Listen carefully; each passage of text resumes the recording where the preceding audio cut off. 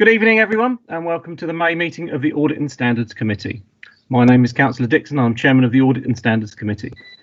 The meeting is being held remotely and is being live streamed to the world via YouTube, and the recording of it will be available afterwards on our website. This is Rother District Council's first virtual Audit and Standards Committee meeting, and in fact our first proper remote meeting. Councillors, officers and guests are reminded to put their mobile phone on silent. If they have one near them, mute their microphones and turn off their cameras when not speaking, as this will reduce feedback and background noise, and it saves bandwidth to prevent loss of connection. I will do a roll call to check all members expected to attend are present. So if you can turn your microphones on, councillors, I'll say your name. So first of all, Councillors Barnes.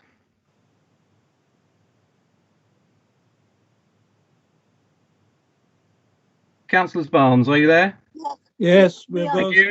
here. Councillor Giawan. Difficulty with the mute button. Present. Thank you. Councillor Kirby Green. Yes. Councillor Langlands.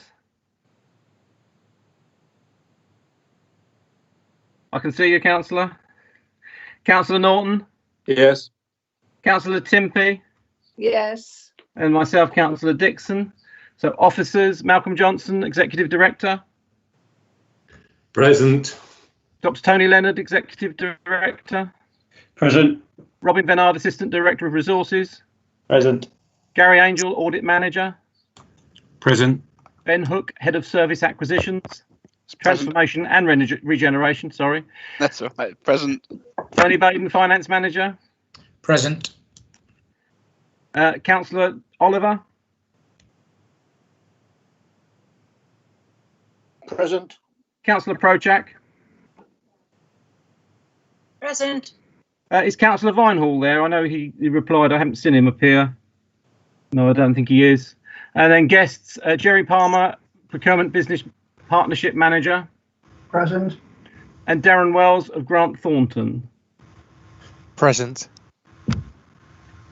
Super.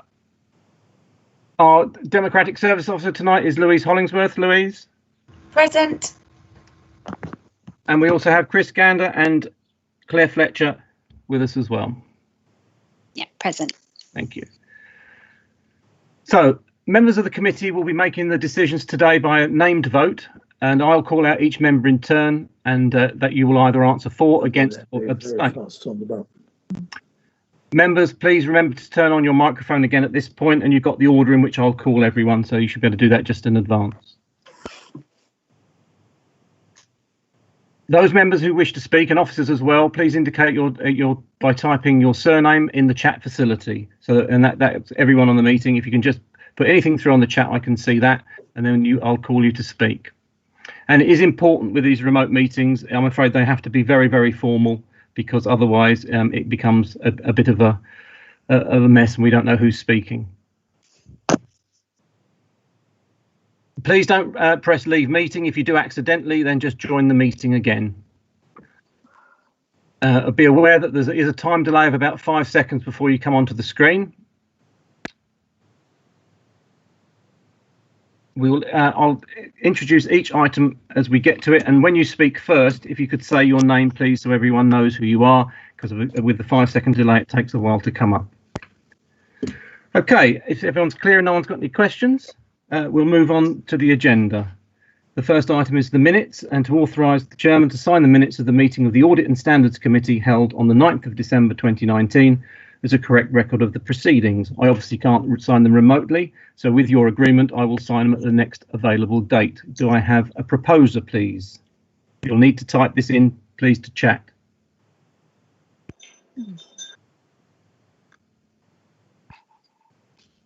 Approved. Councillor Giawan is a proposer. Do I have a seconder?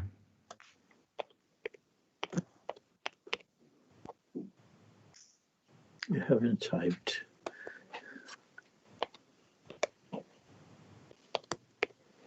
Thank you. Councillor Langland's got there first. So again, I'm afraid I need a roll call for this. Councillors Barnes, are you in agreement? Was that a yes? Just say yes.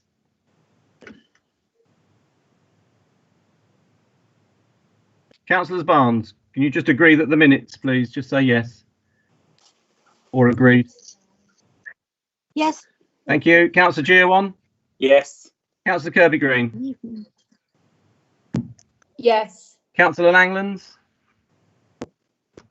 Yes. Councillor Norton. Yes. Councillor Timpey. Yes. And I agree as well. Thank you very much. Apologies for absence, Louise. Do we have any apologies for absence? None received, Chairman. Thank you. Additional agenda items, there are none.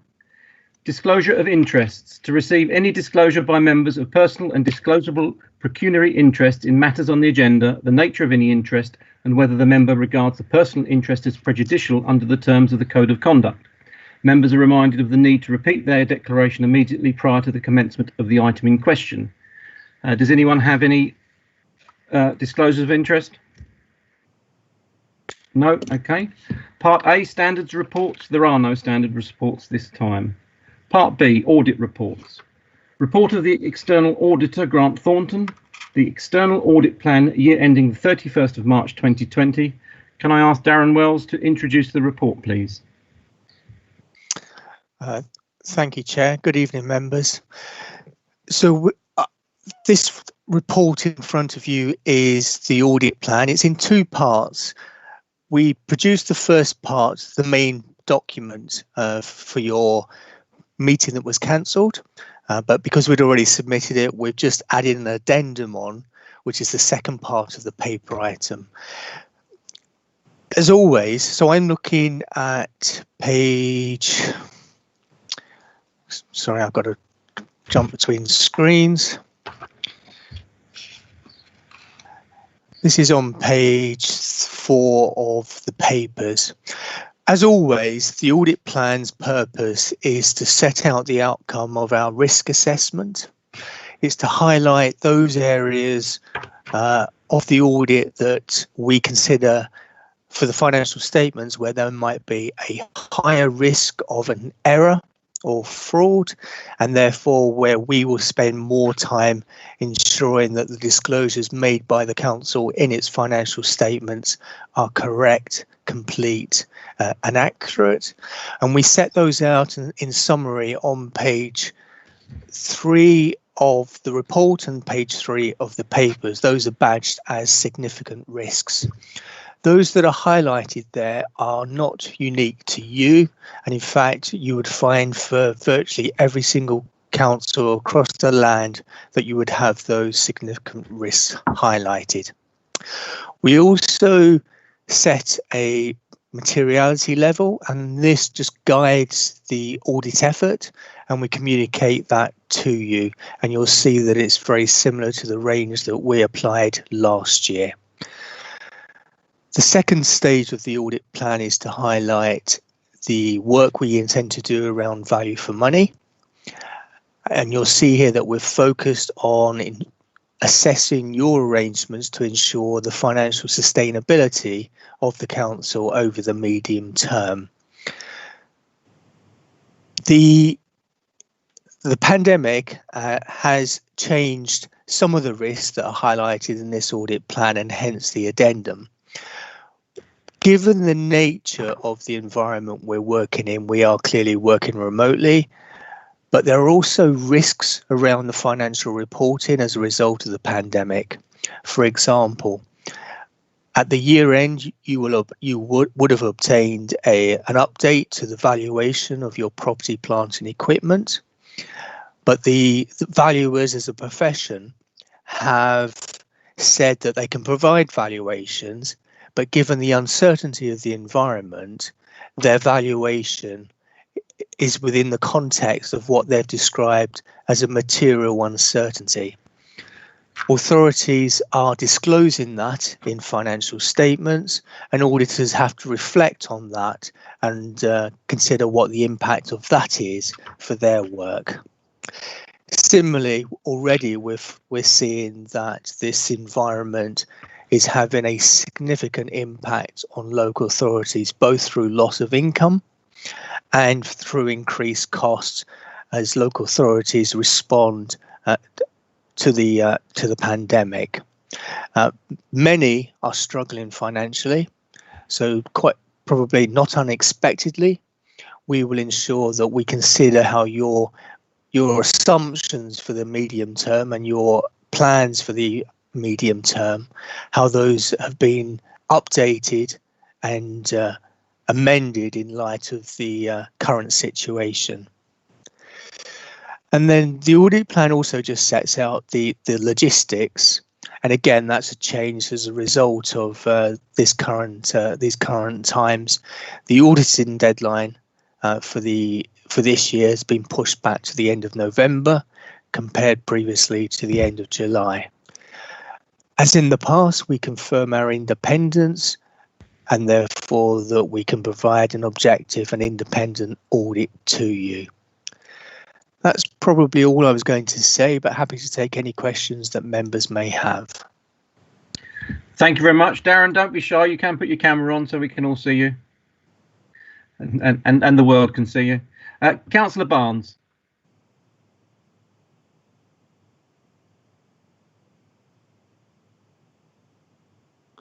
It's not a question, Chairman, although there is a question implicit in it.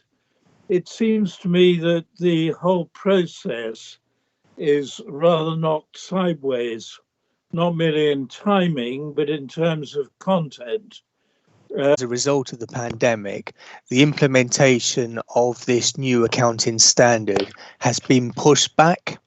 So originally it was going to be introduced as from the 1st of April 2020, but it's now been deferred to 1st of April 21. So it won't take hold, and the authority won't have to account for leases under the new accounting standard until next year.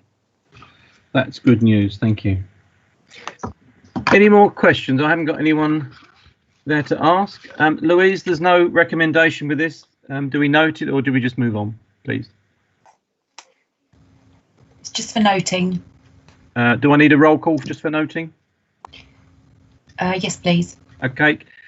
So if there's no one else wants to speak, then please, can I just get your... I will propose from the chair that we note this report. Can I have a seconder, please, Councillor Barnes? Yes, I will second and agree to it. Thank you. Councillor Mrs Barnes? Agree. Councillor Giawan? Agreed. Councillor Kirby-Green? Agreed. Councillor Langlands? Agreed. Councillor Norton? Agreed. I saw him nod.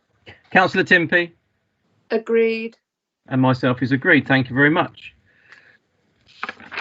We move on to agenda item 6, the report of the external auditor Grant Thornton, audit progress report and sector update. Darren, it's you again, please.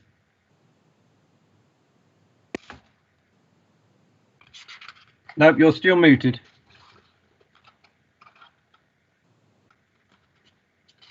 Thank you, Chair. So this paper serves two purposes. One, just to set out the high-level timeline for which we're undertaking the audit, and just to share where we are against that timeline currently. And the second part of the purpose of the report is to bring forward for your information developments in the wider sector that might be of interest to you. And there's probably two broad themes that I would just want to pick out, if I may, based on that latter point.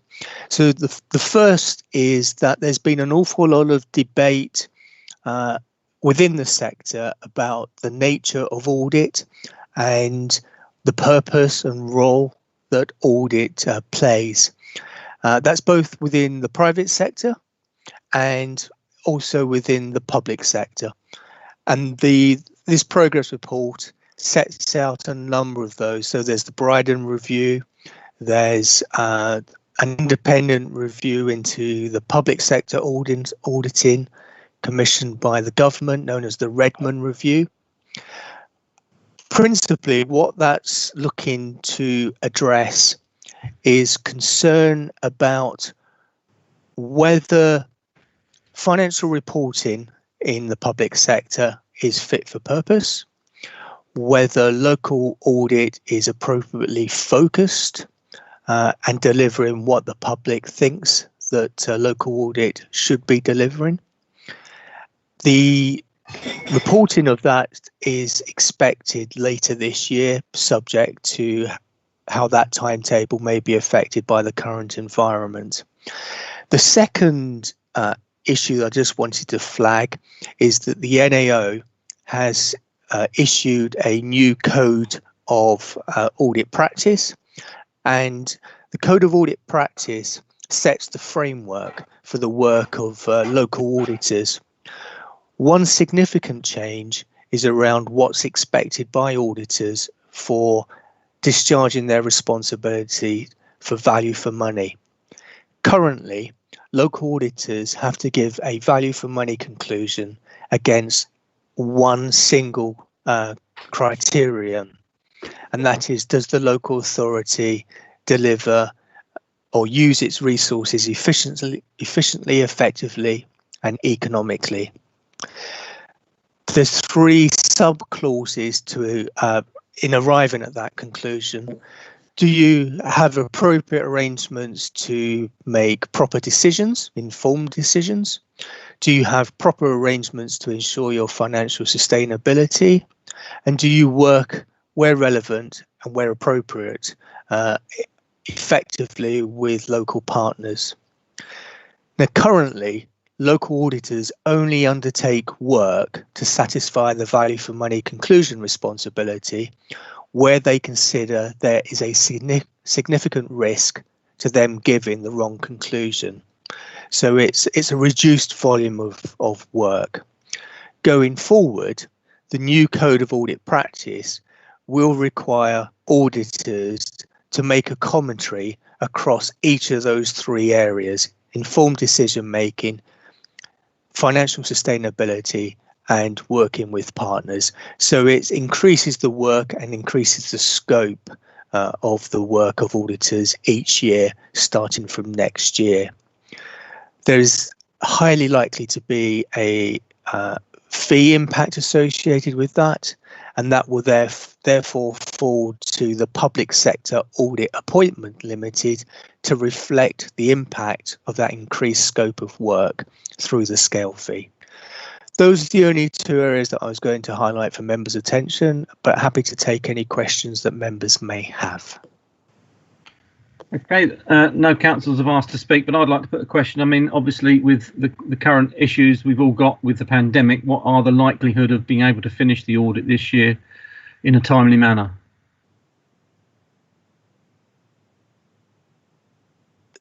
I would hope that with the extended deadline for the completion of the audit to the end of November, that we would be able to complete the audit in time. We are currently working on NHS external audits, and we're undertaking those remotely. And we are working to a later timetable for the NHS, which does mean that we'll be starting slightly later on local government. And we are finding that working remotely is more time consuming. But though that factor aside, as we sit here today, I do believe that we will be able to complete the audit by the new deadline. Thank you. Robin Venard. Thank you, Chairman. It was just to confirm that we are also looking at a slightly extended deadline for the completion of the accounts audit, or the accounts themselves, towards the back end of June. I think that has been agreed with Darren and Trevor, that we are working to a slightly extended timescale for ourselves as well, just so that members are aware of that. Thank you, and I think I echo probably everyone that said that you're all going to be doing a lot of work under very difficult circumstances this year, and we thank you all for that. Any councillors or officers wish to add anything? Okay, I'll propose from the chair that we note the report. Councillor Barnes, are you happy to second? I'm happy to second. And agree? And agree. Councillor Mrs. Barnes? Agree. Councillor Giawan? Agreed. Councillor Kirby Green? Agreed. Councillor Langlands? Agreed. Councillor Norton? Agreed. Thank you. Councillor Timpey. Agreed. And myself agreed. Thank you very much. Darren, you're more than welcome to stay for the rest of the meeting. If you wish to slip out, no one will blame you. Thank you very much. Thank you, Chair. Okay, moving on to agenda item 7, the internal audit report to the 31st of December 2019. Can I ask Gary Angel, please, to introduce the report? Thank you, Chairman. It's Gary Angel here. This report updates members on the progress on the 2019-20 audit plan as things stood when the report was written back in late February. Internal activity in the third quarter of 2019-20, progress made on implementing the outstanding audit recommendations, draft audit overall assessment of the council's internal control systems, draft opinion on the council's control environment, and it also has a revised internal audit charter. On the summary of the audit activity, we issued 5 reports in the third quarter of 2019-20. As usual, the executive summaries to these are in the Appendix A, which starts on page 43. The audits were housing allocations, debtors, community infrastructure levy, council tax, main accounting. Now, all of these reports provided good or substantial assurance on the overall governance arrangements, meaning there are no areas of significant concern were found. Moving now on to the implementation of the audit recommendations in paras 6 and 7. Progress on the outstanding audit recommendations have been followed up as I've been doing each quarter, and they're summarised in the tables in Appendix B, which is page 51. Please note that the table at the bottom should be titled Audit Recommendations 2019-20, not 2018-19, as stated here. The statistics show good progress has continued to be made on the most recent recommendations, but progress on the recommendations made in previous years has been much slower. All 11 of the oldest recommendations have now been brought to the attention of the Executive Director, who was monitoring their progress prior to the coronavirus outbreak. Draft overall assessment of the Council's internal audit systems is paras 8 to 10. This section details my views on the issues which are highlighted for inclusion in the annual governance statement.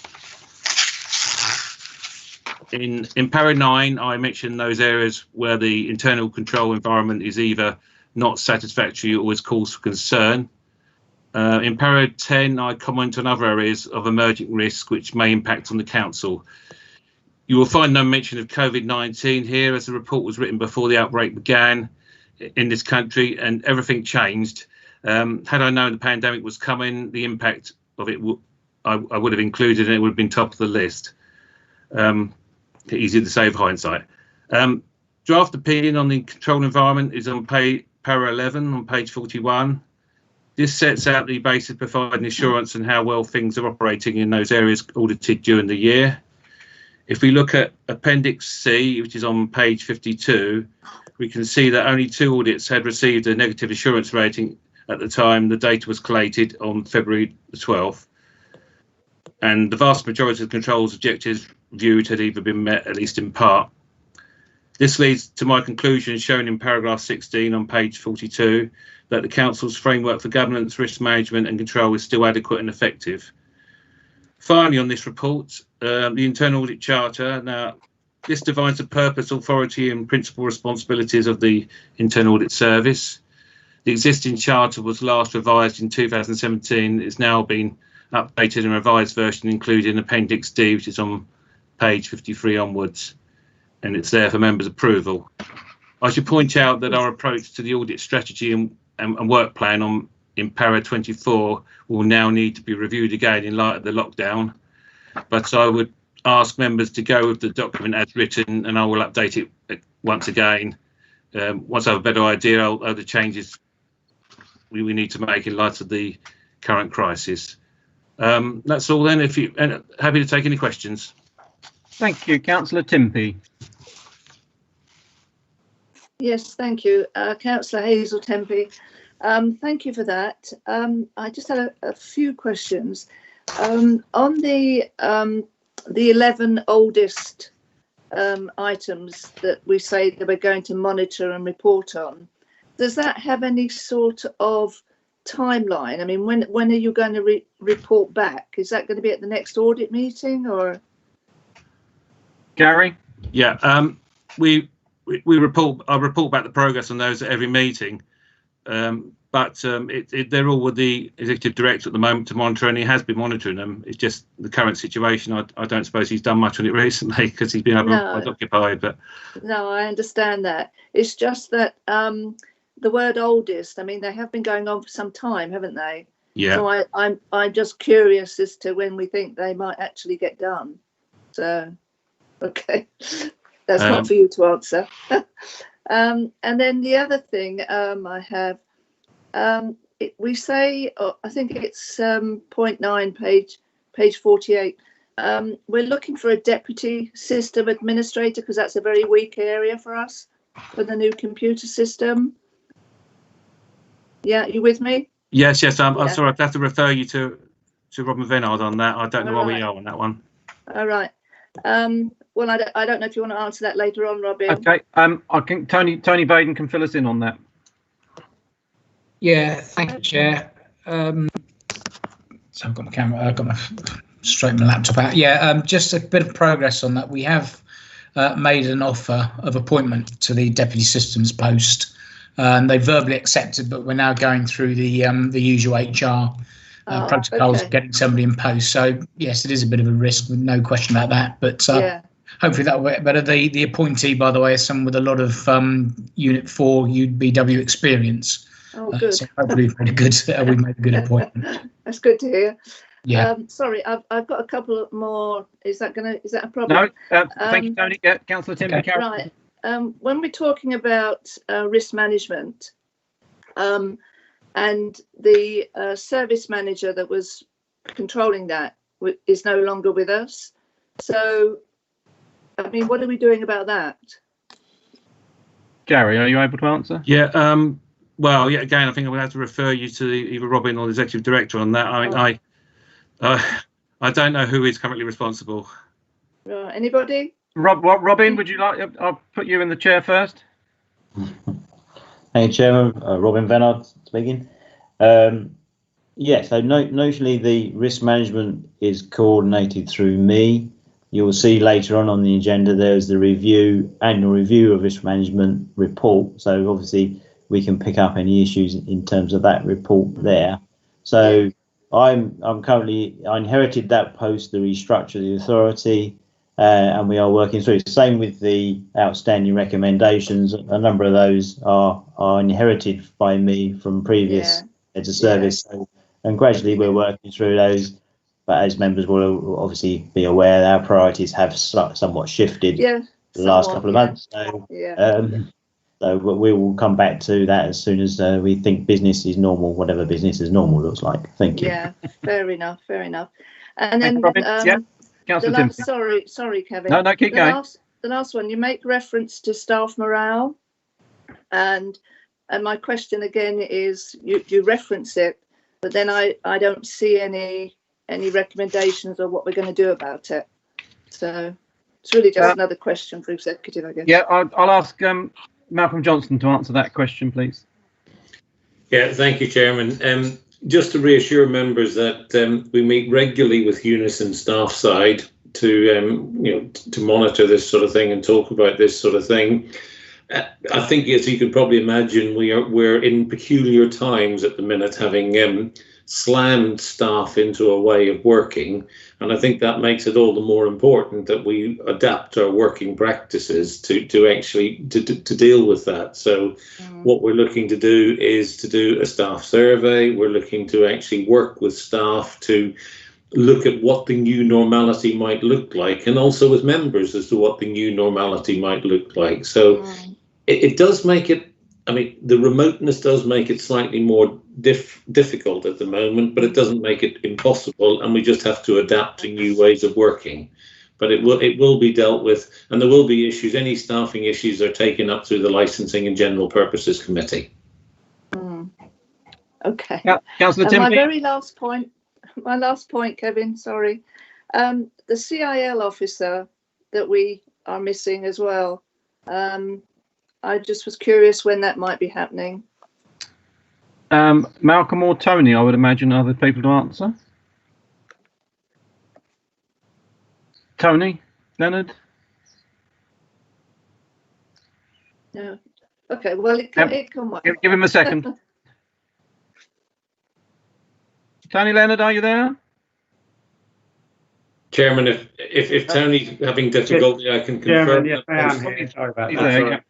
I had a councillor just ring me up about the audit committee, and I just took the call. It was on silent, but I took the call, so I missed the question. So, can you? Councillor Tempy, please say again. Yeah, sorry. I was just curious. We mentioned in the internal audit about the CIL officer and that we no longer have one. So I just wondered. So that one. The appointment has been made. It's been offered to someone, and they're due to start in the next couple of weeks. So there's no clearance for that one. That's all going through. Excellent. Thank you. Sorry about That's that. I had to take a call. It literally was a call from Councillor Maynard. He wanted to know what was going on about audits. All right. Okay, well, all right. Sorry about that. Tune into YouTube and I'll find out. Thank you, Councillor Tempy. Councillor Barnes, I've got you next. Yes, I was looking at page 52. This is Councillor Barnes. Yeah. Looking at page 52, the high medium risk audits, and I think we ought to ask a question, although it sounds slightly odd at a time of lockdown, to ask about the limited assurance on car park income. Slightly more worrying given current circumstances. The limited assurance on property investment. I wondered if we could have a little more commentary on that. Yeah, I know that I've already spoken about car park income with the audit team and cash audits for this year. We're going to come on to that in a bit, and also property investment. Might need to park that one. We've got that on items 11 and 19 that we can maybe discuss that more. But Gary, happy to come back to it on the later item. If okay, Gary, maybe you'd like to come back just quickly. Yes, Chairman. The car parking audit was got the assurance rating it did because of the issue you will remember with the parking penalties at Canberra. That's the only reason it got that, but that contract has now ended and it's back to, I think it's pay and display at the moment, or maybe not open at all at Western. The property one was the other one. Yeah, there was lots of bits and pieces on that. Well, there's no overall problem with it. It's just because it's a new system. It's just teething issues. I'm not unduly concerned about it, but we couldn't, because there was quite a few issues, we couldn't make it a substantial assurance. Okay, thank you, Gary.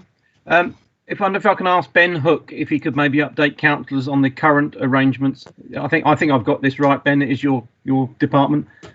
Car parking at Canberra and how it's going to be operating in the short term, anyway.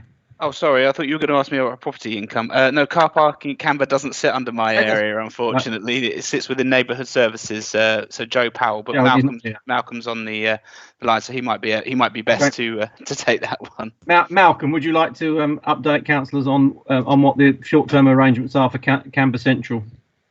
Well, members will be aware that we haven't been charging, but that charging has resumed as and from today. What we're doing is the particular contract that was the subject of this audit has now been terminated and came to an end. We haven't renewed it. We are looking at and we're expecting new machines to be installed, which will allow people to do a variety of payment methods, including contactless payment.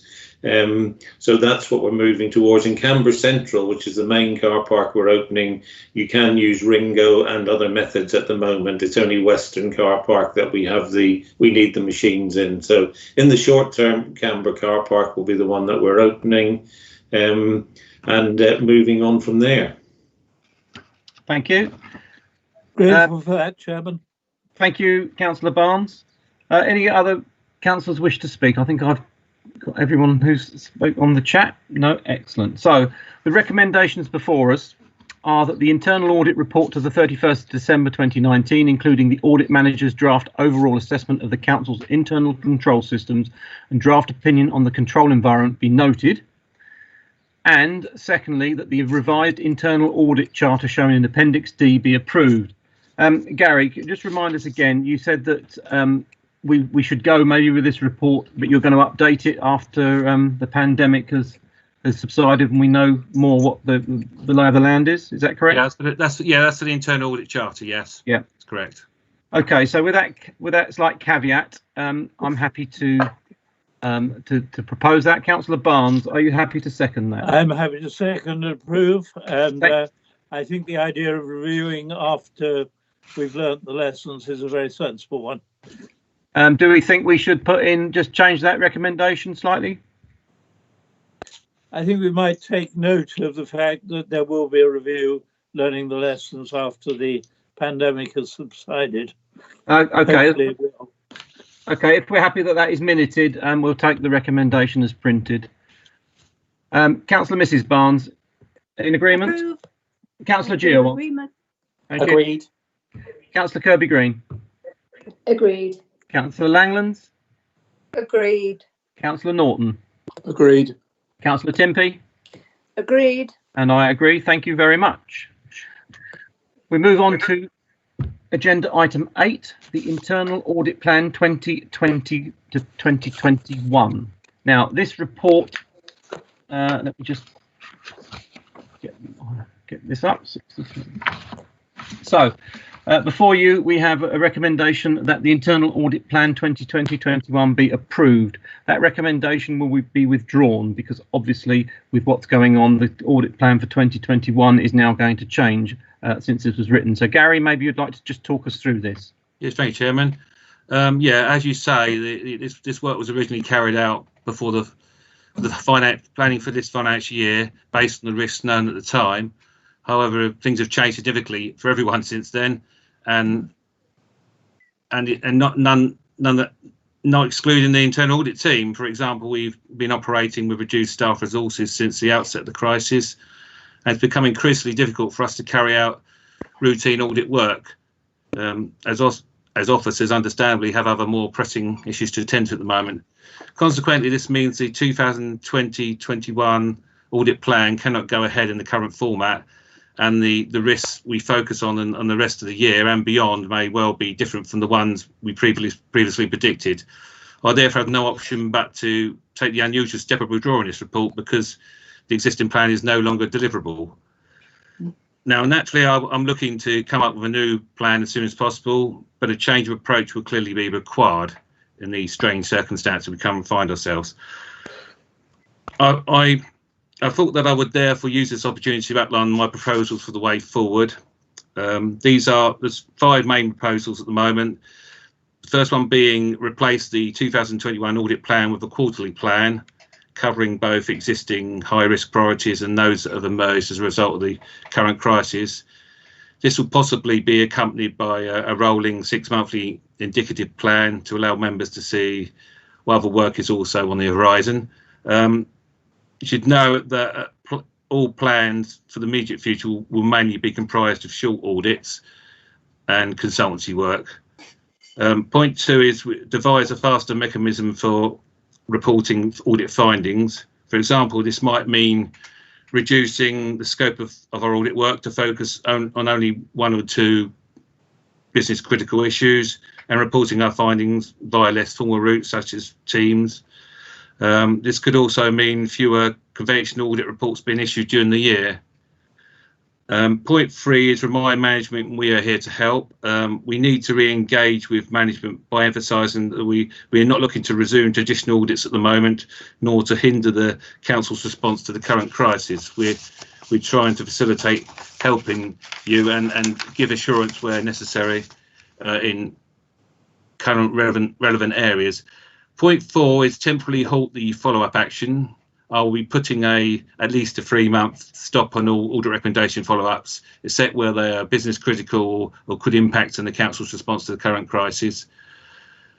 And finally, point 5, make allowances for potential redeployment. Now, in this time of crisis, even the audit session is going to be prepared to roll up 6 sleeves a short period of time and help everyone out. Where this means stepping into roles or tasks that take away our audit independence, this will however need to be reported to the Audit and Standards Committee and taken into consideration when I provide my annual audit opinion, but it hasn't happened so far. All of these proposals have been discussed with Councillor Dixon and senior management, who broadly approved the new approach. It's still in an outline stage at the moment, but I'm liaising with heads of service at the moment to devise a new plan. This should hopefully provide for a more flexible approach to our audit work, which will better reflect the current needs of the council. I will provide more details on the new approach and report the quarterly plan, first quarterly plan, at the next meeting on 22nd of June. So just open to any questions then, please. Thank you, councillors. Anyone wish to speak? If you can type through. Gary, maybe while councillors are reaching for the chat button, maybe you just tell us what you've already been asked to do with the business grants. Yes, Robin Venner approached me on the business grants, and basically it looks like we're doing a consultation with East Sussex to try and work out the best way forward, as we've all got to do, implement similar systems. I've asked to be involved in the process of, commenting on what's been proposed and making suggestions, and I've spoken to my team about it, and I've forwarded all those comments on to Robin. Also, if we're required, we're also prepared to get involved in processing the applications, but we will need access to the systems that have been set up for checking either pre or post payment checks, to make sure we're paying bona fide applicants and things like that. So that's where we currently are with that one. I'm just waiting to hear further on that one. Thank you. Councillor Barnes. Yes, I think what's being proposed is very sensible, Chairman. I would like to understand a little more about what is regarded as business critical at the moment, but I'm happy to take information on that outside the meeting if it would take too long now. Yes, I think the last point that was made reassures me that we are looking at discretionary business grants through internal audit. That seems to me a very good idea. Thank you very much. Thank you, Gary. Do you want to respond? I don't know if anyone else can respond. Yes, Chairman. I mean, I can give Councillor Barnes an outline of sort of the riskier areas as we're coming out from the crisis. Things like information security as a result of remote working, health and safety risks when employees are working in the front line, or social distancing in the office, financial risks as a result of additional obligations or where revenue streams are dried up, substantial risks where concerns are raised around the future provision of services, crisis management risks relating to concerns about operational resilience, and I've got on my last list regulatory risks and challenges around meeting our obligations and the future impact of that. So they're sort of broad areas, but we've got some audits in mind, some potential audit areas on my list. Yeah, things like checking the cybersecurity, and remote working, health and safety risks, making sure that we're following the government guidance and how it works in practice, compliance with government guidance, and there's lots of car park income, as Councillor Dixon's already mentioned. It's also lots of things for consultancy work like business support grants, which we've just mentioned, risk management, look at the risk registers, making sure we're keeping on top of things, exit strategy for the return to business as usual, and post crisis review for learning the lessons from this whole current area. So we've got lots of ideas. I just need to formulate it into a plan and make sure I get feedback from the heads of service and other managers to make sure I'm looking at all the most important areas and we're focusing on those. That's very helpful. Thank you. Thank you, Gary. And I'm sure Gary is open to suggestions from councillors if there's anything there that they think of that would be useful to be looking at. No other councillors wish to speak. No officers wish to speak. So we have no recommendation. As we're withdrawing that recommendation, Gary will report back at the next meeting of this committee on the 22nd of June as to progress. Okay. Thank you, Gary. Yeah. We move to item 9, the review of internal audit for 2019-20. And Gary, it's you again, please. Yes, this is my last report today. This is a report I report every year. It sets out the results of the annual self-assessment of the effectiveness of the Robber Internal Audit Service compared with our standards we have to abide to, which are the public sector internal audit standards. This review was carried out by evaluating our activities against a very long 38-page checklist, which I've shared the full list with Councillor Dixon, and I'm happy to provide any other members of this committee if they want to see the full document. But I've provided a summary in my report to save you the pain of going through it all, and it's in Appendix A, and we've got a simple system here. Y indicates compliance with the standards, P indicates partial compliance, and N, no compliance. Members will note that the Robber Internal Audit Service currently meets the vast majority of the standards, and that no new issues have come to light as a result of this review, so there's no recommendations coming out of it. In conclusion, this report demonstrates that Robber Internal Audit Service continues to operate with high level of effectiveness, well, we did prior to the coronavirus, a view supported by the conclusion of the 2017-18 external peer review. I'm happy to take any questions. Thank you. Maybe you just go through 4.21 and why we don't, that which is governance, why we don't tick the Y box. 4.21. Hang on a sec. Right. It's just we've never done a formal governance review. It's an area that is sort of covered by other audits in part, but not specifically. So I couldn't say we are doing it fully, but we touch on it. This is why it's got the intermediate tick. What are council's ethics related objectives? I mean, can you put that in more layman's terms? Well, it's probably, are there strategies? Do they keep their strategies under review? Do they? I'd have to look into it more, to be honest. Sorry, I didn't want to put you on the spot there. Anyone else can help us out with what the council's ethics related objectives are? Is it something that we should be concerned about? Robin, you've put your hand up. Thank you. Thank you, Chairman. We do actually do a governance review, if you like, of the council's ethics and its behaviours. And that review we've done a couple of years ago. It was in accordance with a new framework that came into being, and that highlighted a number of things that we needed to do, and we've got on with those. I think, as far as Gary is concerned, he probably hasn't done his own independent review of that. That was done by other officers of the council. And obviously for Gary, he would need to undertake his own review of the work that we'd done as part of that. But ethics in general will cover not only just our strategies and policies and make sure that they expect those, but also around councillors' behaviours, etc., etc. So it covers a wide range of things, mainly dealt with by this committee. So in terms of standards and in terms of the governance of the authority as a whole. So it's all part of that overall review that we do. And probably what we might do is just remind members and reshare that with you so you can see what that's all about. Thank you. I don't expect it's something that will get high on the priority list in the near future. No. So no one else wishes to speak. So the recommendation is that the review of internal audit for 1920 be approved. I'm happy to propose that from the chair. Councillor Barnes, are you happy to second that? Happy to second and agree. Thank you, Councillor Mrs. Barnes. Agree. Councillor Girwan. Agreed. Councillor Kirby-Green. Agreed. Councillor Langlands. Agreed. Councillor Norton. Councillor Norton. Yes. Yeah, thank you. Councillor Timpey. Agreed. And myself, I agree. Thank you very much. So that was item 9. We go on now to agenda item 10, the annual government statement 2019-20. I'd like to ask Robin Vennard to introduce the report, please.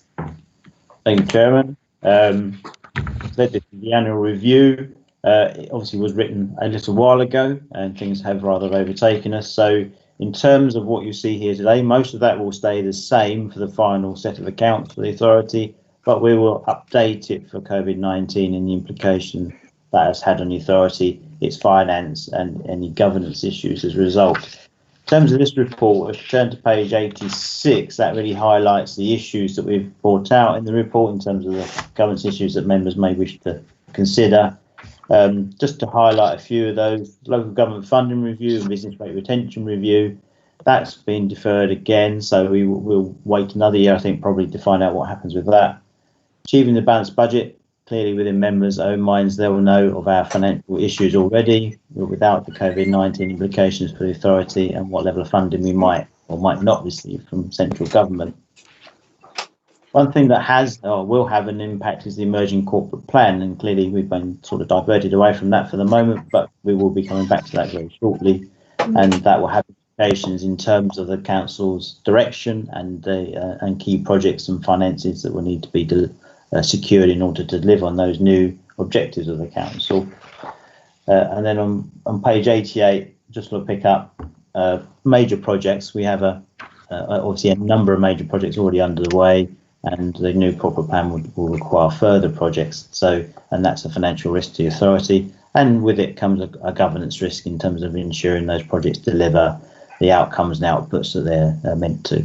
So happy to answer any questions on the actual report, Chairman, but just say be note that that will be updated for the final statement of accounts to cover COVID-19 as well. Thank you. Okay, before I see if anyone wants to speak, so what is the status of the report? Obviously, we've got today to approve it.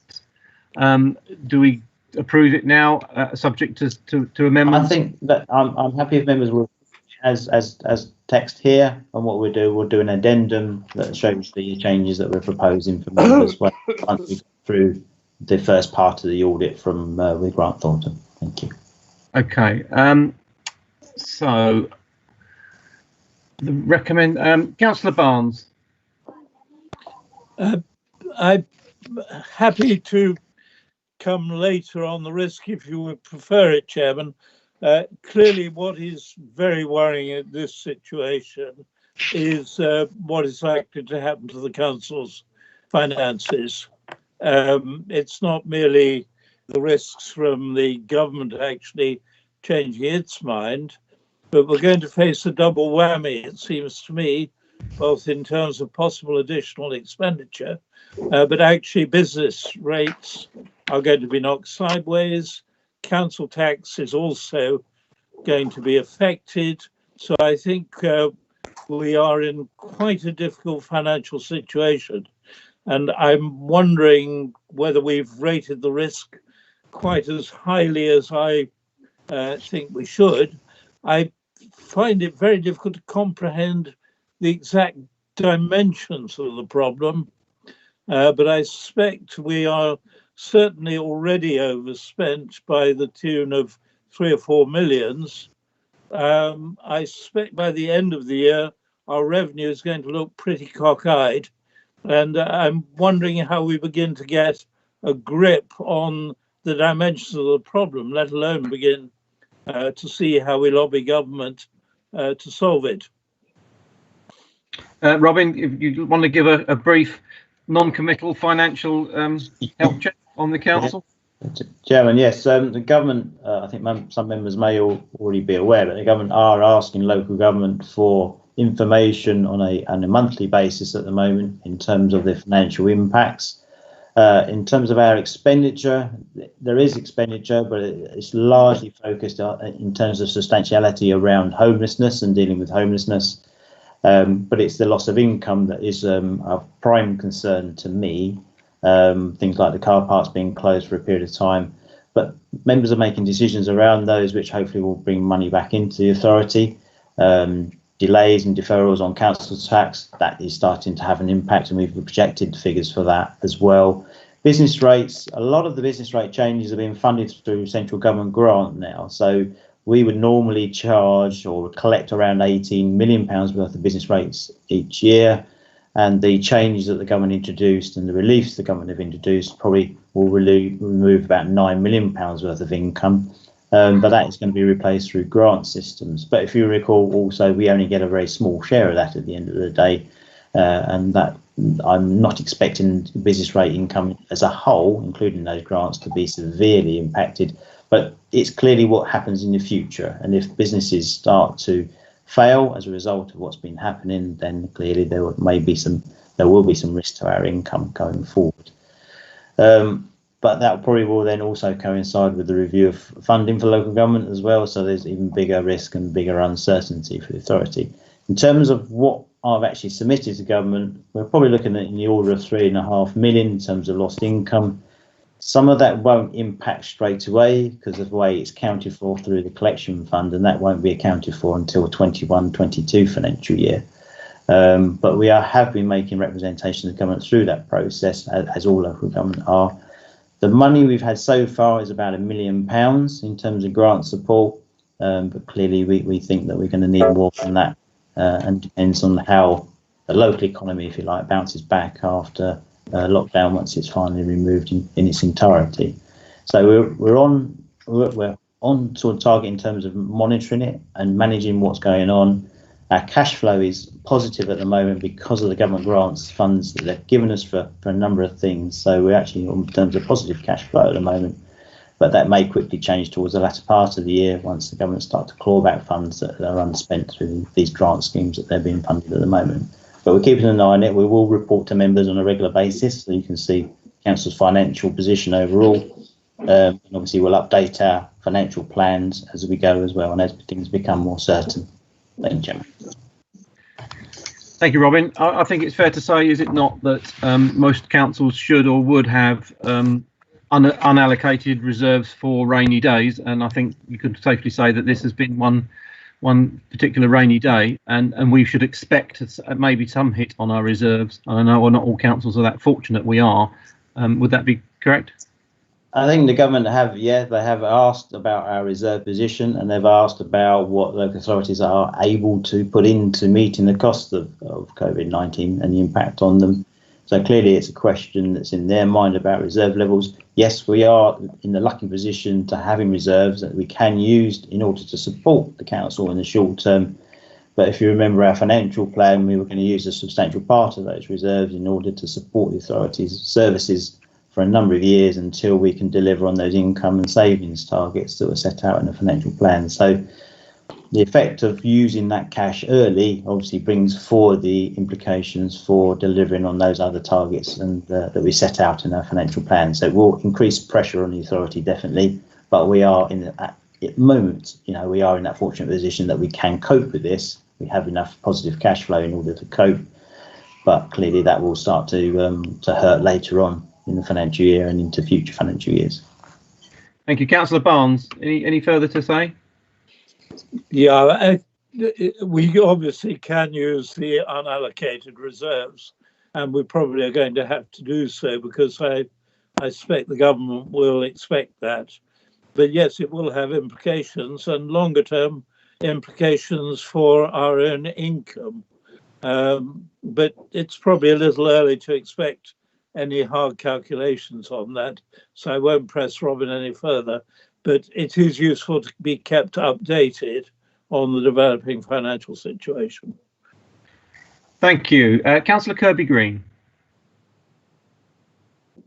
Thank you. I'm sure you are, Robin, but it alarms me slightly that we are in a good position as a council in that we have managed to put away an awful lot of reserves over the last 8-9 years, and I'm just concerned that we will be penalised as a council for doing the right thing and having reserves, whereas other councils maybe who haven't been as prudent as us will sort of get more bailouts from the government. So I just want sort of some reassurance. I'm sure it will happen that we will certainly try to ensure that we're not penalised for being in a good financial state in terms of reserves. Robin. Chairman, yes, clearly we would want the government to act in an equitable way and treat councils evenly across the country. I think what they've asked a very open question about what the authority could commit to help support the implications of COVID-19 on the authority, which we've done. And it's a very small amount in comparison to the overall level of reserves because those reserves are effectively earmarked to support the financial plans. So the vast majority of our cash is earmarked for specific purposes, in which case it would be very difficult for us to release that, particularly as I said, it is there to support the revenue budget over the next 5 years. That point's been made to government. I think that's across local government at that point is being made, that the cash in the bank isn't all available to help support this crisis. Thank you. Councillor Kirby-Green, do you want to come back? No, no, thank you, but thank you for your response, Robin. Thank you. Okay, so the recommendation that we have is that the annual government statement be approved. Shall we? I think I would propose that we change that to the annual government statement be approved subject to an addendum on COVID-19. If that, Louise, would that be okay? Yes, that's fine. Thank you. And then secondly, that the statement be signed by the leader of the council and the executive directors. So I'll propose that from the chair. Councillor Barnes, are you happy with that amendment? And are you? Yes, I'm happy to second that. Thank you very much. Councillor Mrs. Barnes. Agreed. Councillor Giawan. Agreed. Councillor Kirby-Green. Agreed. Councillor Langlands. Agreed. Councillor Norton. Agreed. Councillor Timpey. Agreed. And myself agreed. Thank you very much. Item 11, I would like to take at the end. I'm sorry, Ben, if you're waiting there patiently, because we have a confidential item 19, which relates to item 11, the property investment. So we'll keep that one to the end so we can deal with it all in one. Item 12 is the Treasury Management Update. Robin, could you introduce this report, please? Yep, thank you, Chairman. The report there obviously was written some time ago, and again, the world has changed somewhat since this report was written. Particularly things like bank base rate at 0.1%, and obviously that next review won't happen until probably 18th of June. I understand from the Bank of England. In terms of our own performance for the year, just to update members in terms of our investment or income, I think we're about 20,000 under the budget. So it's about 490,000 that we've achieved in year, which I think is a good result given what we know has been happening. But in terms of the future year, we think that's going to be under considerable pressure. And that's one of those items that we've highlighted to the government, that obviously our investment returns are going to be somewhat suffering under this very low interest environment that we see. In terms of borrowing, the report there sets out what the borrowing we've undertaken in terms of supporting the property investment strategy. We will be reviewing our overall borrowing strategy as part of the year-end process for the statement of accounts. But for the time being, in terms of particularly that last purchase we made of the site in Battle, which Ben will come on to later on, we've used cash to fund that at the moment, but interest rates, I've been looking at interest rates and they are pretty low at the moment. We're looking at 2.5% or just under 2.5% for 50-year money from BWLB. So we probably will use actual borrowing at some point in the near future and lock in some of that low interest rate for the authority. So happy to take any questions based on this report, but as I say, it is kind of now slightly out of date given the current circumstances in the economy. Thank you, Chairman. Okay, if I can ask, you've mentioned Market Square Battle, which was funded from cash. What is the percentage return on our investments? I've got that written down on my briefing. I'm not sure why. Did you cover that? Overall, we've made, I think it was in the report, we were talking about 1.83% from our Treasury investments. Obviously, Ben will come on to the property investment strategy returns in his report. So rather than steal his thunder, we can pick up those in terms of our overall property performance later on, if that's okay with you. Yeah. And second question from me, what is the danger that we might have to cash in any of our Hermes or CCLA money, that property investment money? So as members will be aware, that always has been seen as a longer term investment by the authority, with the view not to cash in as best we can. And then in our financial plans, we were pushing that out in terms of at least 2 or 3 years. Clearly, if circumstances mean that our finances require us to recover that money back from the property investments funds, then we will do so, although at the moment they are all effectively locked down as part of what's going on in the national economy. So our ability to recover the money at the moment is limited. CCLA were asking for 6 months notice period anyway.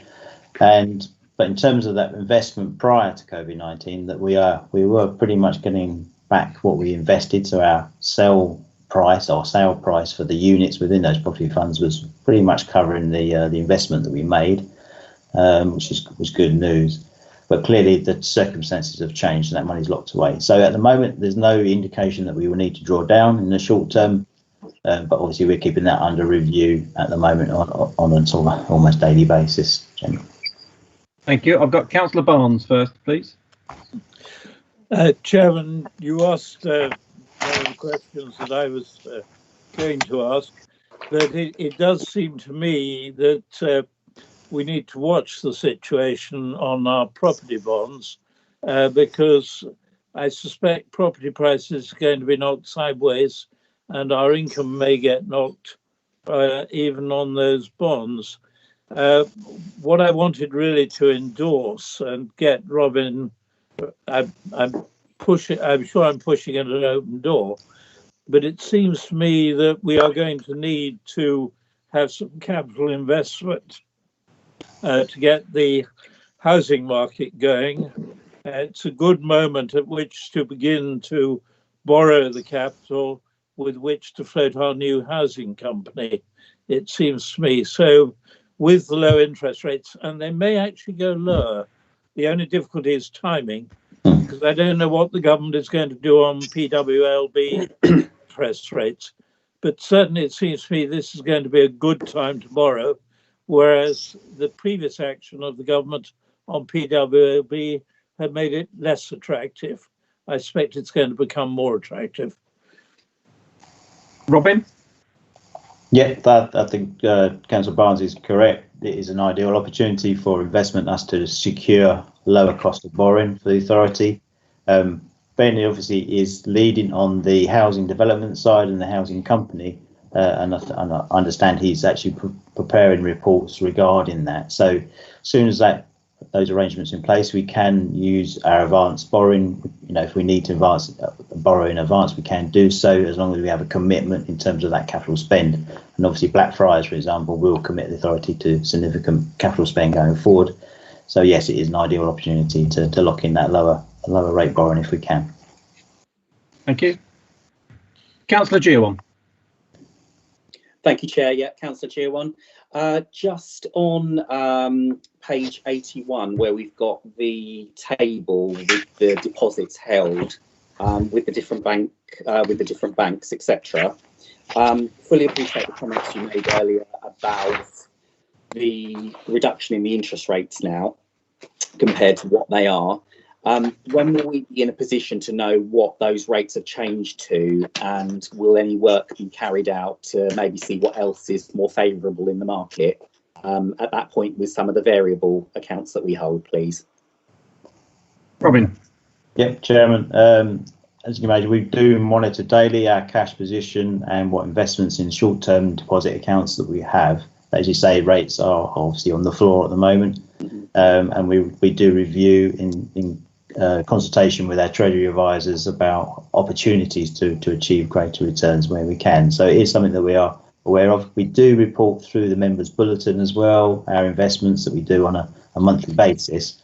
And I'm quite happy to share with any councillor who wants any information regarding our investments that we make. So.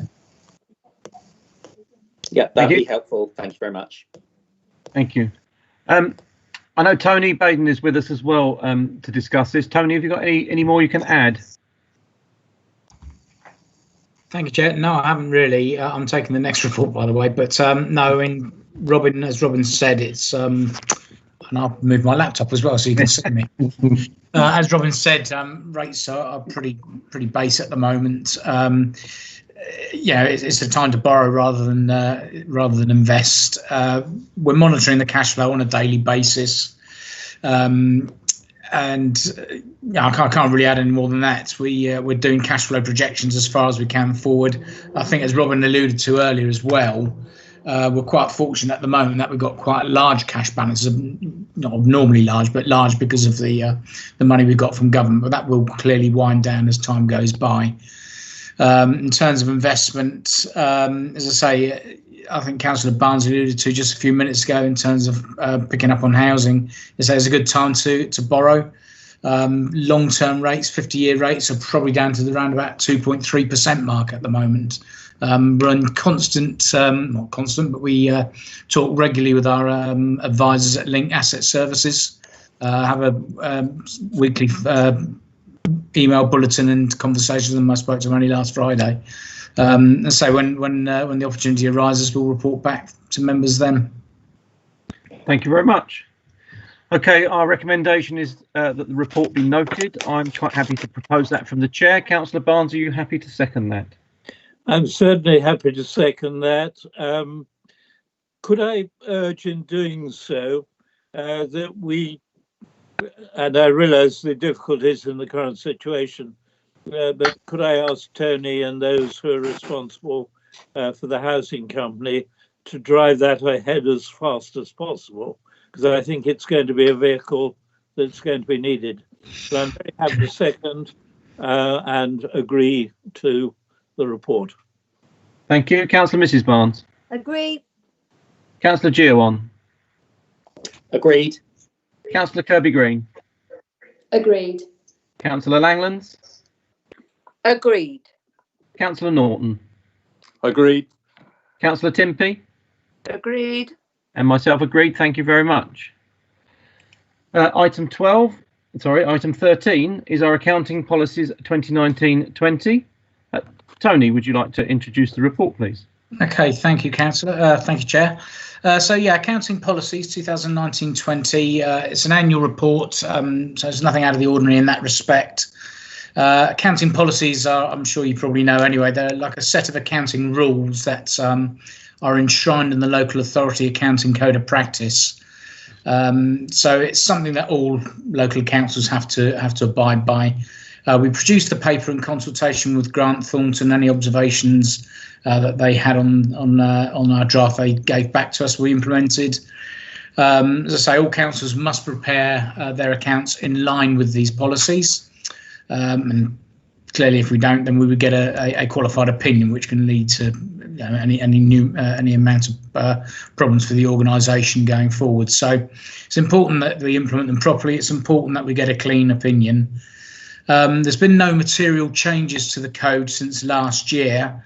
Appendix A to this paper lists all the policies that we will be detailing in our accounts.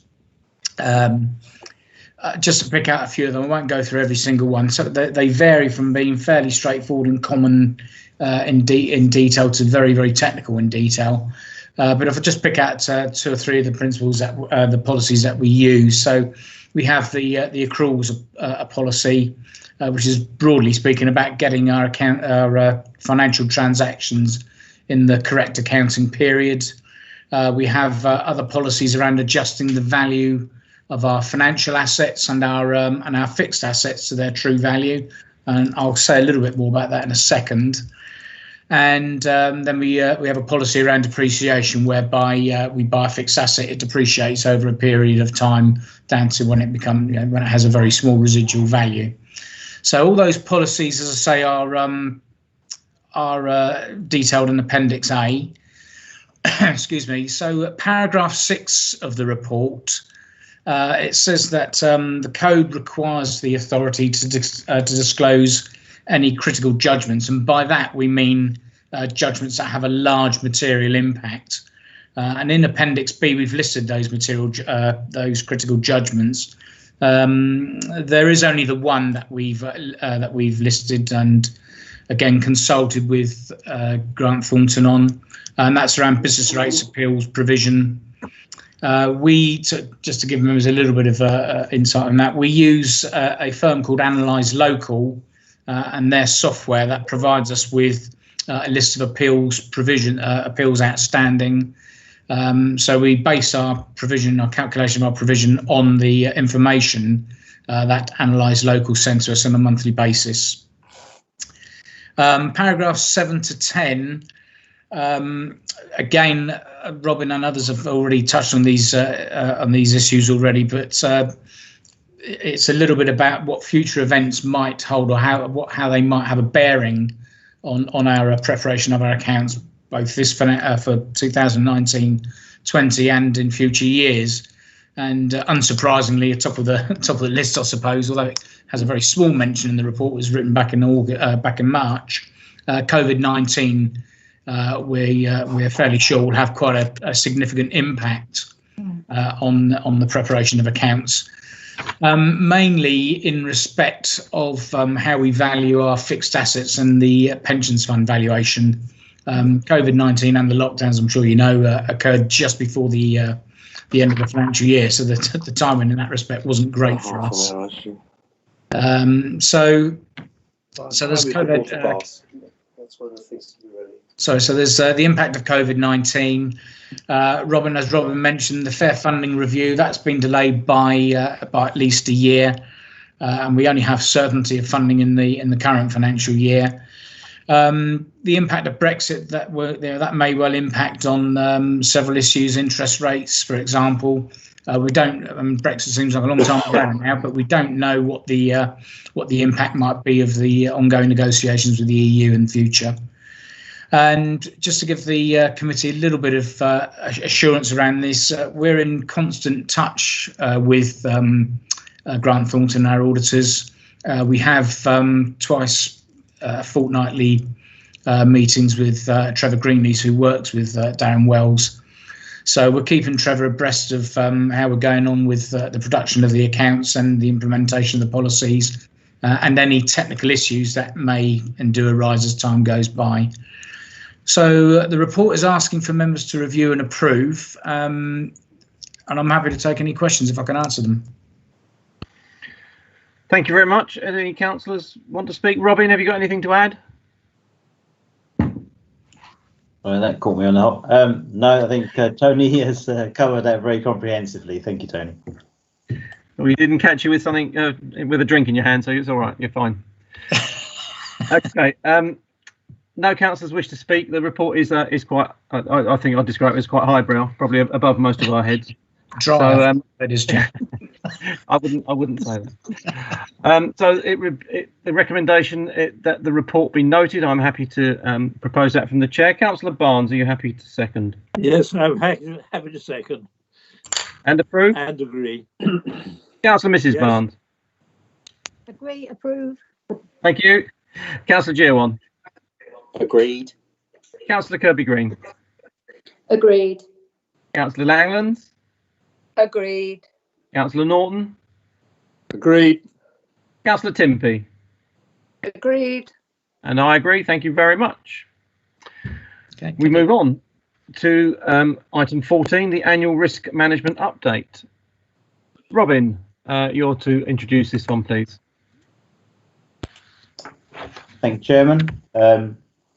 As we've probably picked up earlier already, the report has been written obviously before COVID-19, although pandemic is included in a number of the risks that are shown in the appendix to the report.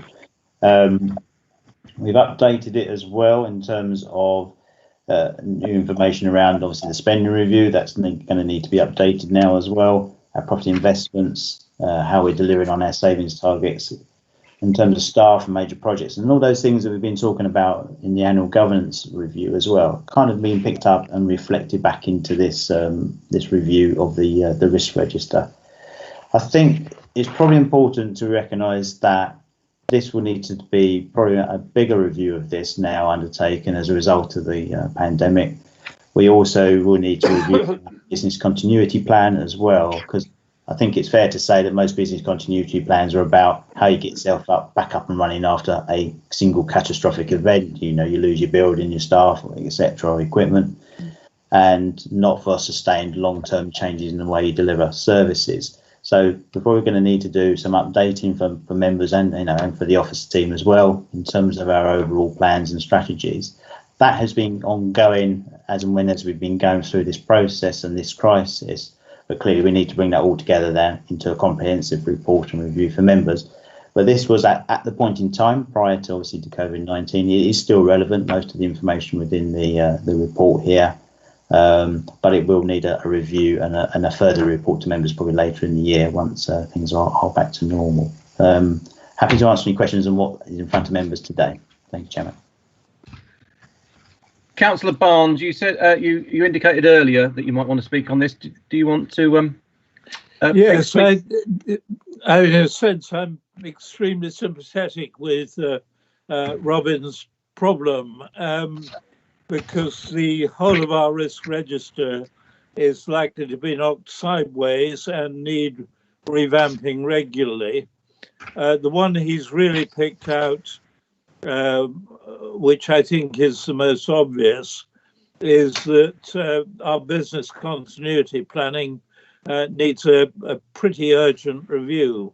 So I'm not going to say anything more about that because he's clearly thinking along the same lines that had occurred to me. I think my major worry is around the trying to look at the whole risks around property and the part that property plays in our financial strategy in a number of ways. And whereas I think we can do something about housing as an investment and also a necessity, that may not offset all those problems. So that we are, I think, going to be left medium term with a gap in support of our services unless the government comes through with some restoration of central government grant. So it's very difficult, I think, to assess whether the risk register now looks anything like it will do in 2 or 3 months' time. I do think it means that we will need to look at the risk register rather more regularly than we had intended because the situation is moving very fast. Thank you. Robin, would you like to respond? Yes, Chairman, agree with Councillor Barnes in terms of that it will need to be updated. I think a number of those risks are still valid within the actual appendix to the report. They are still risks effectively that the authority faces and will need to deal with if they occur. In terms of our finances, yes, again, we need to make a number of assessments in terms of what might happen in terms of the property market going forward, both in terms of Treasury investments, but also in terms of our own commercial investments that we're undertaking ourselves, and what that looks like in terms of our financial plans if they don't deliver. So we are doing that work and we will be updating members as those assessments have been undertaken and completed and that we're able to release those to members to consider. In terms of business continuity, yeah, I think we need to review our plan definitely and we need to update it. And think in the real world and our practical response to it, I think hopefully members will agree that we've responded very well as an authority. We've put in place a number of things very quickly to enable services to continue to be delivered. And we really just need now to make sure our paperwork and our processes and procedures, all they'll follow effectively what action we did take and do reflect that success that we've had as an authority in maintaining services. So yes, you will get further reports on this, I think, into the near future. Thank you, Chairman. Thank you, Can Councillor I Barnes. express, yes, can I express, first of all, my thanks and praise, really, to the work the authority has done. I think we ought to formally put on record our thanks to the not only the very effective response that they've made, but the very speedy response in comparison to a number of other authorities. So nothing that I'm saying is intended at all critically. I think on business continuity, though, it looks as if the whole country was preparing for a rather different set of risks. Even on the health front, we seem to have been preparing for flu rather than this style of virus. And I think probably we are going to get rather more of these types of pandemic. So I do think we need to give some sustained thought to how we keep business continuity going in this kind of environment. It may be for this one we will have an effective vaccine, but I can't help feeling another is going to turn up sooner rather than later. Thank you, Councillor Barnes. Robin, do you think it would be fair that we could put to the work programme maybe to look at the risk register again in September, 6 months, well, 6 months from the original meeting date? Chairman, well, probably yes. I won't commit completely to that just in case events overtake us again.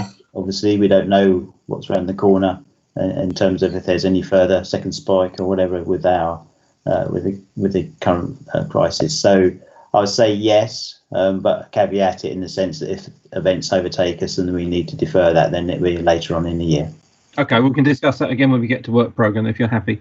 I don't know whether Malcolm or Tony might like to update us on what plans we've got to look at after this has finished, the council's response and how things went in relation as well to the risk management and the business continuity. Malcolm or Tony, anyone care to? Have we got any plans going forward?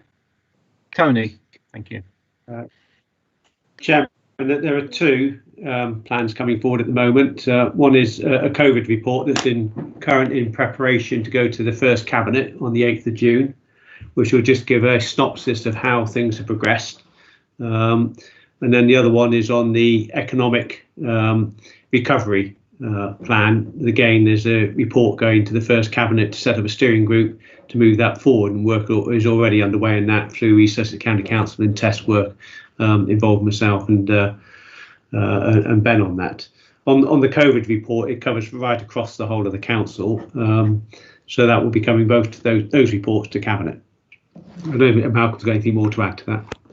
Thank you, Malcolm. No, I think Tony summed it up, and I think there's a lot of work still to be done to reassess where we are and how we best move forward from there.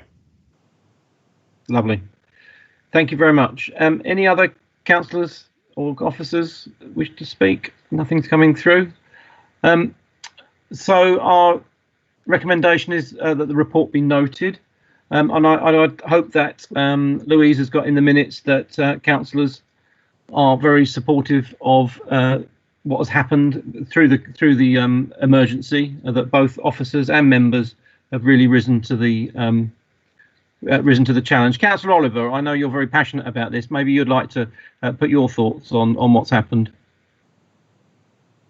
Yes, thank you, Chairman. Doug Oliver. I've been very proud of the fact that the way that the members and officers have been able to react so quickly to deal with the problems that were besetting us at a very, very fast rate.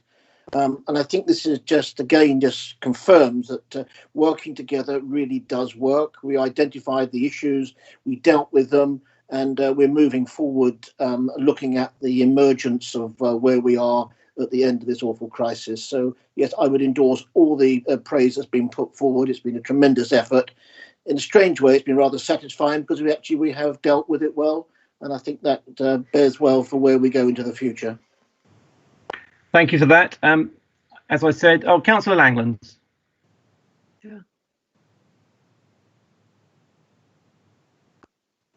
Yeah, I just wanted to add to that.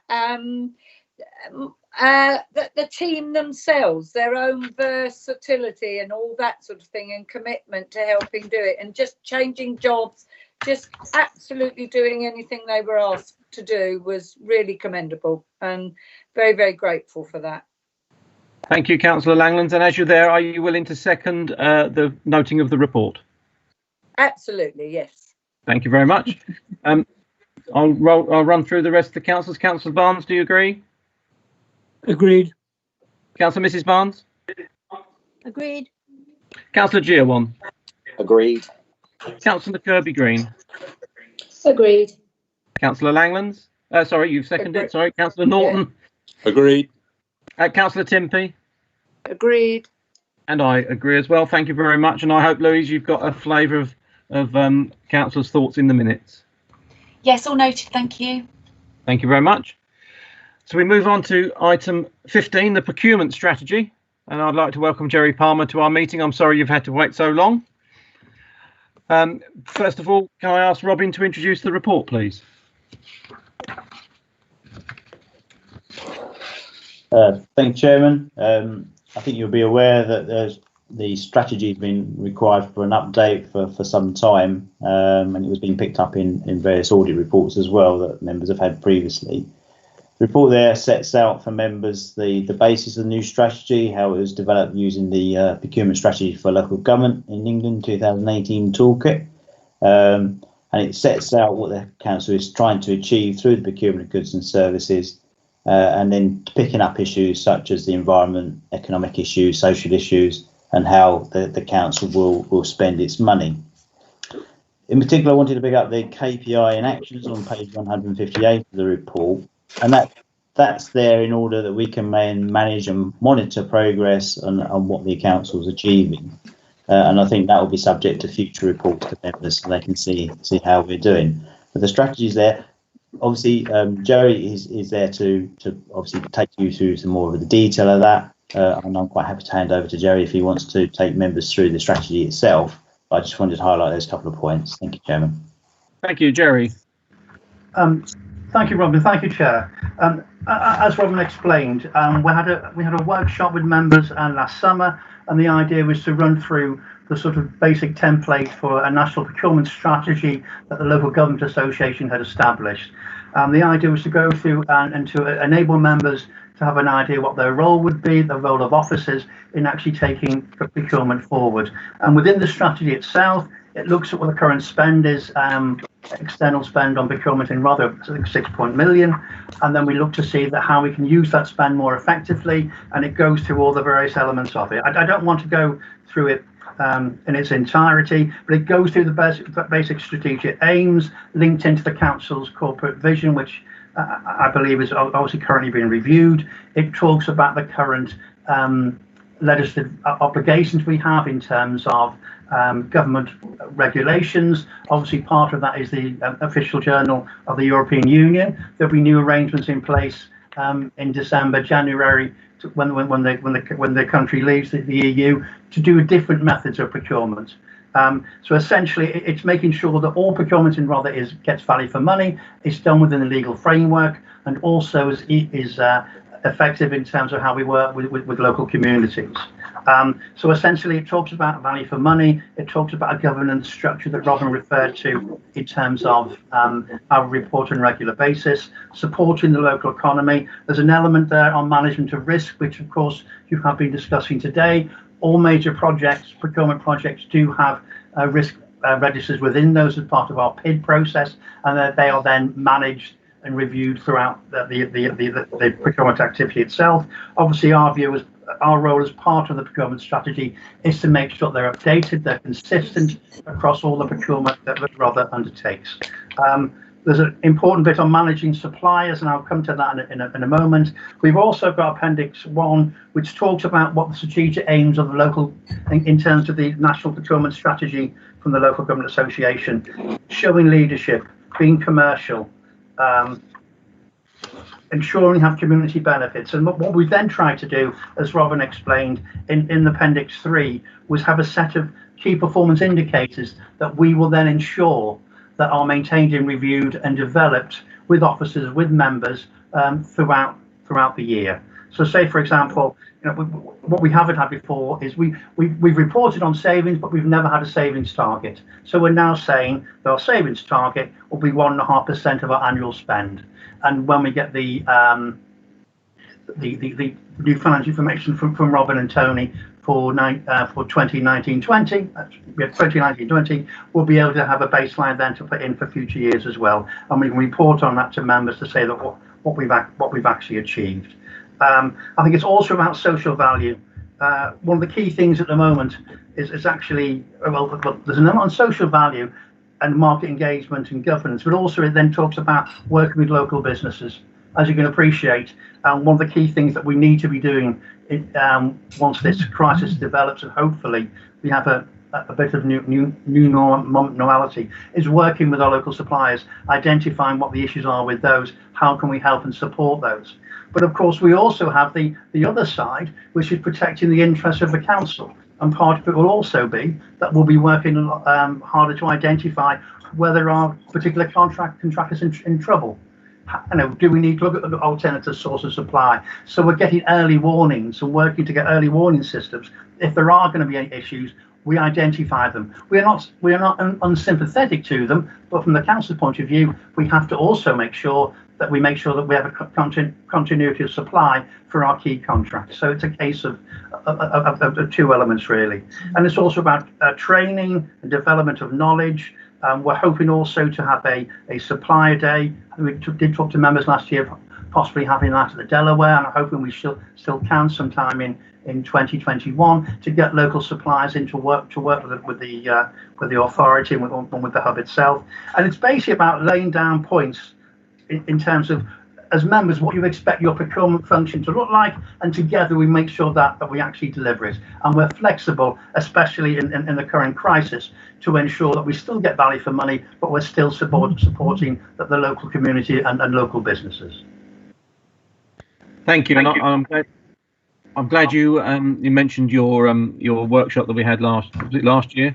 That was, I know that myself and Councillor Timpey were there, and it was a very, very eye-opening, if you like. It was part of work that we didn't know went on, and was very good. Councillor Timpey, you'd like to speak?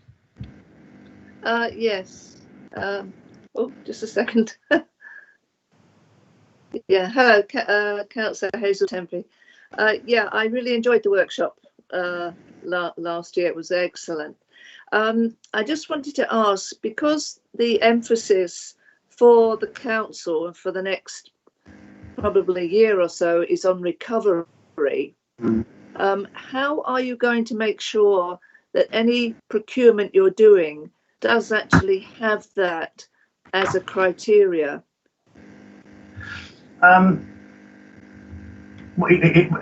what respect, Councillor? Sorry, in terms of... So that if we're going to spend, I don't know, let's say we're going to spend X million on something, is that business going to aid the recovery locally, or is it going externally? Yeah, I think obviously when we look at procurement projects, we look to see that how we can actually fit those into the local area. Now, is it a contract that it is something which we could maybe split, or what can we do to actually ensure that local businesses are able to apply for it? It depends on the nature of the work. There are some things that can't be done within the locality, but on average, about, I think it's 35 to 40% of rather business is actually carried out with companies in East Sussex. It's only about 6 or 7 within the Rother boundary itself. So the key thing I think we need to look at is when we have these key projects is to see where the market is in the local area, to make sure that we package it up accordingly to make it attractive to local businesses. Okay, I mean, thank you very much. One of our long-term aims is to get that 30 to 40% higher up to, a lot higher. So one of the aims of the strategy is to identify those sort of areas where we currently buy out of the county and where we can try to, from now on, to look to buy within the local area. Well, that will be good news. We have a very active Chamber of Commerce in Bexhill, for example, and they'll be very pleased to hear that. Thank you. Well, we're happy to work with them to find out how we can make that easy for them as well. Thank you. Thank you. Thank you. One question from me. We've declared a climate emergency, and there's a lot of work going on with an environmental strategy for the council. How will that fit into this strategy going forward when we develop more ideas and more environmental requirements? When we had our original discussion last July, we talked about having a social value policy, which established as part of it a sort of climate change agenda. The advice I got from the Local Government Association was what we need to do is get the strategy approved, and within the strategy it talks about developing the social value policy. So we do have a draft for that. We can share that, and we can see how we need to develop that in order for it to reflect the climate change emergency that you've identified and prioritised. Lovely, thank you. Ben Hook. Sorry, Councillor. Thank you for that. Just to interject with regards to the environment policy, as well as the head of service who's bringing that forward, it is included within the environmental strategy itself to review procurement processes and ensuring that the environmental impact is a consideration going forward. Excellent. Thank you for that. Any other councillor or officer wish to speak? No. So that's good. We just report. We just report that this is noted. We don't. Are we sure that's right? We don't have to approve the strategy. Anyone? I think we ought to approve it. Chairman, I think the recommendation was that the. Sorry, Chairman, Robin Bennard. Yeah, there is recommendation that was requested to recommend to council the adoption of the procurement strategy as amended. I've got on my briefing, we note it, so let me just go. Sorry, that was our fault. Sorry, Chairman. I've got to find it. It's a recommendation from Cabinet. Yeah, sorry, I've now got the correct recommendation. So I will read out the recommendation. It be resolved that Cabinet be requested to recommend to Council that the draft procurement strategy Appendix A as amended be approved and adopted. So that is the recommendation before us that we ask Cabinet to recommend to Council. I am quite happy from the Chair to propose that. Councillor Barnes, is your first. Are you happy to second that? Thank you very much. Thank you. Councillor Mrs. Barnes. Agree. Councillor Giawan. Agreed. Councillor Kirby Green. Agreed. Councillor Langlands. Agreed. Councillor Norton. Agreed. Councillor Timpey. Agreed. And I agree myself. Thank you. And thank you, Jerry, for attending. You're quite welcome to disappear if you wish. Have a good evening. Thank you very much. We move on to agenda item 16, the appointment of an audit independent person to the Audit and Standards Committee. Malcolm, would you like to introduce this report, please? Thank you, Chairman. I think this is fair to say that this report is a reflection of our training commitment to members on when they're first appointed or when they take over chairs of committees. So, I think when you took over chair, one of the things that became apparent was that it is considered good practice to have an independent person on the audit committee. We've had independent persons on the standards committee for a number of years. This is a slightly different role. So at Appendix A to the report, is set out the person's specification, the role description, skills and competencies. If audit committee are happy with this, then this will obviously require a change to the council's constitution, and this person is seen as an assistance to the audit committee, bringing a bit of expertise and a little bit of experience from ideally probably the business world into the committee. Assuming that full council agree, it then goes through another process, which is there needs to be an interview panel, which we're suggesting is comprising the chairman of this committee, the audit manager and the assistant director resources, and then the proposed appointment will be recommended to the next available meeting. The reason we put that is obviously it depends on recruitment, etc., when that is for onward recommendation to council. I think this is actually a positive, very positive move and something that will assist the committee in its deliberation. So happy to take any questions, Chairman. Thank you, Malcolm. And indeed, this is what Malcolm says is absolutely correct. I went onto a forum about a year ago, and a lot of audit committees have an independent person. I know a number of you find that some of the jargon, some of the content of the committee is quite hard work. And what the idea of an independent person is someone with a little bit of experience in the outside world of what we're talking about, can come in and advise and also challenge as well at the same time in a way that maybe councillors can't always do because we don't necessarily have the knowledge. Any councillors wish to speak? No?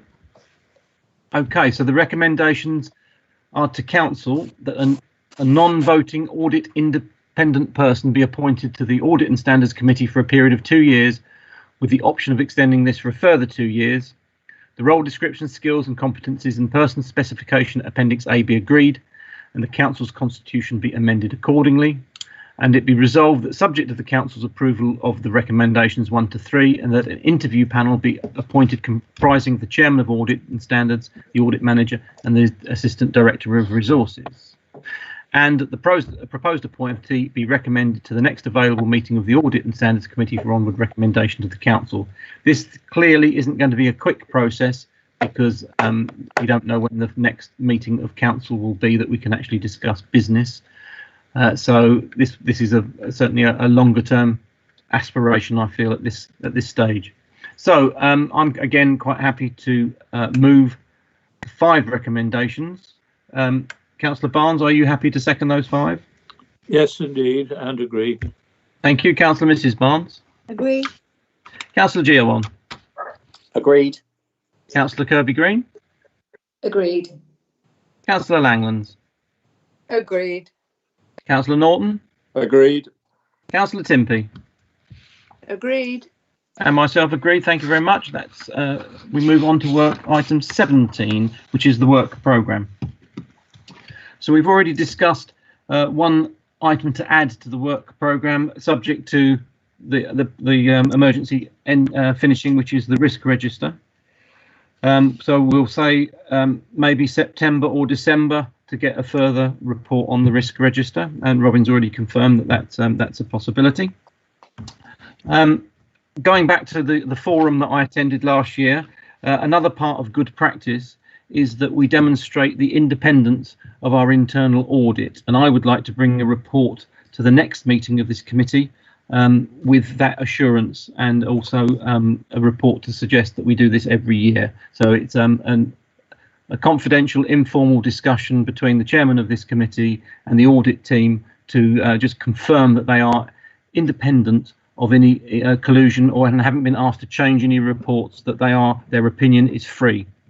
So that is a report I will bring to the next meeting. Anyone else? Malcolm. Thank you, Chairman. Malcolm Johnston. Just following on from the last report, just to keep our processes in the straight and narrow. Obviously, the appointment of the person to the independent role will need to come back at a future date. Perhaps just to add it to the items, that it's not really an item for consideration, but on the basis we don't know what date that is, just to keep it on the agenda. Okay, that can come at the bottom under items for consideration. Any other councillors? Yes, Councillor Barnes. Councillor Barnes, we, having served on the county's audit committee, I think this is good practice, but we tended to have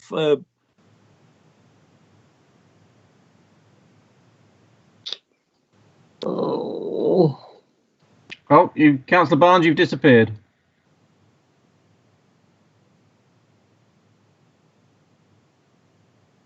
Okay, we won't. We'll wait and see if Councillor Barnes comes back.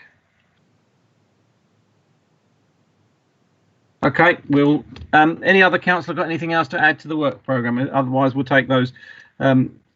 Louise, can you confirm you've got the 3 additions then?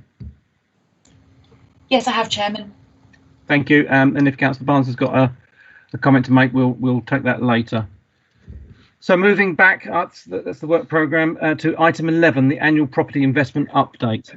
Now we have both items 11 and 19. 19 is a confidential report. So I'll ask Ben Hook to introduce the report first of all, and then we'll decide at what point we need to go into confidential session. Thank you, Ben. Thank you, Chair. So this is the second annual report of the property investment strategy. For the new members on the committee, there is a full explanation of the process, of the acquisition process included within the report. In terms of updates since last year, 2019-20 has been a pretty busy but successful year. We've spent just over £13.5 million, and that's been spent on 3 key purchases, which was Glover's House in the Northeast Bexhill Enterprise Park, £600,000 on some development land at Barnhorn Green, and £3 million on the Market Square in Battle, which comprises an income primarily from the Jemson's supermarket. As mentioned earlier on the agenda, the process has just undergone an audit review, which identified a number of risks, mostly around record keeping of reviewed properties and the record keeping of decisions made and controls within officer decision making prior to the property investment panel. It did also identify some key issues with regards to the terms of reference for the property investment panel. In terms of compliance, the previous property investment panel terms of reference said 2 executive members and 3 non-executive members, and the panel comprised of 3 executive members and 2 non-executive members. Also, the property investment strategy was in need of amendment. Both of these are now being undertaken and are coming to a cabinet paper in June with a recommendation to amend and update those. Included within the appendices is a flowchart, Appendix 1, which outlines the process which we undertake for each investment opportunity. That's from identifying the investment to reviewing it, and then the decision-making process.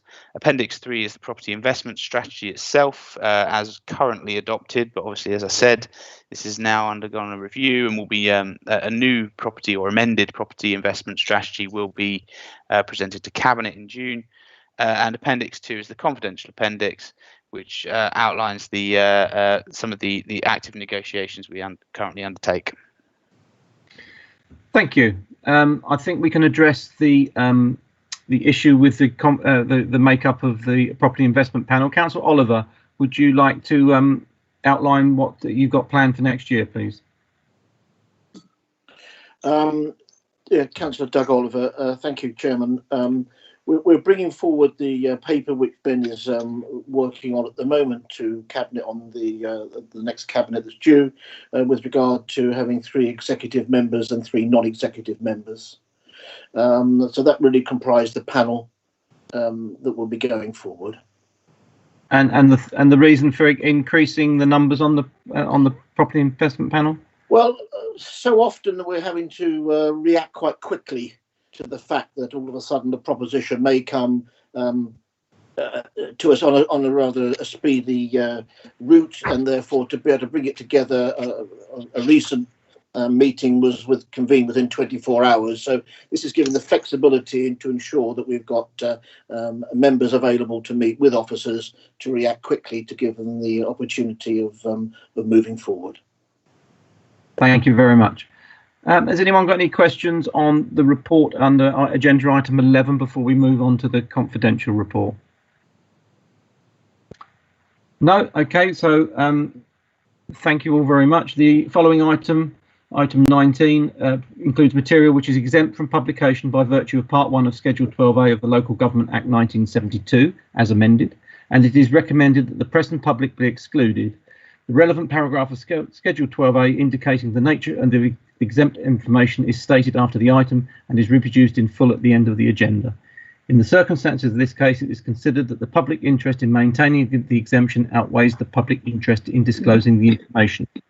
I'm happy to move that. Councillor Barnes, are you happy to move that we go into confidential session? Seconded and agree. Councillor Mrs Barnes? Agreed. Councillor Giawan? Agreed. Councillor Kirby-Green? Agreed. Councillor Langlands? Agreed. Councillor Norton? Agreed, he said agreed. And Councillor Timpey? Agreed. Thank you very much. And anyone who's been watching the broadcast on YouTube, I'd like to thank you very much. But now, unfortunately, we must go into confidential session. Thank you.